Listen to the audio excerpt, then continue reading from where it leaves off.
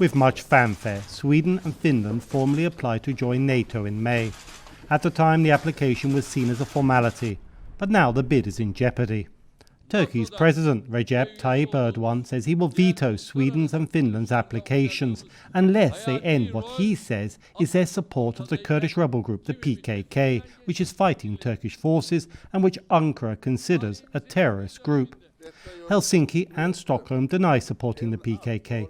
Finnish and Swedish officials say they are trying to address Turkish concerns. The fact is that Turkey does hold a very important card, the veto card, and I think that this is not going to be resolved that smoothly. The United States and the European Union have also designated the PKK as a terrorist organization. Erdogan is also calling for nations to stop supporting the Syrian Kurdish group, the YPG, which he says is linked to the PKK. Finland and Sweden and several NATO countries, including the United States, support the YPG, a key ally against the Islamic State militant group in northern Syria.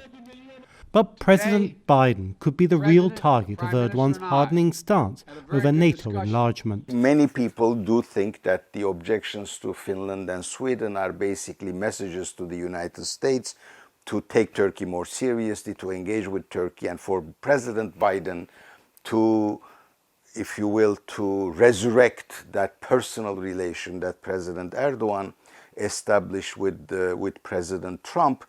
Unlike his predecessors, Biden, who is critical of Turkey's human rights record, has largely refrained from directly interacting with Erdogan. Instead, analysts say Washington will work around Turkey's veto threat by deploying security forces with other NATO countries to Sweden and Finland, further isolating Turkey.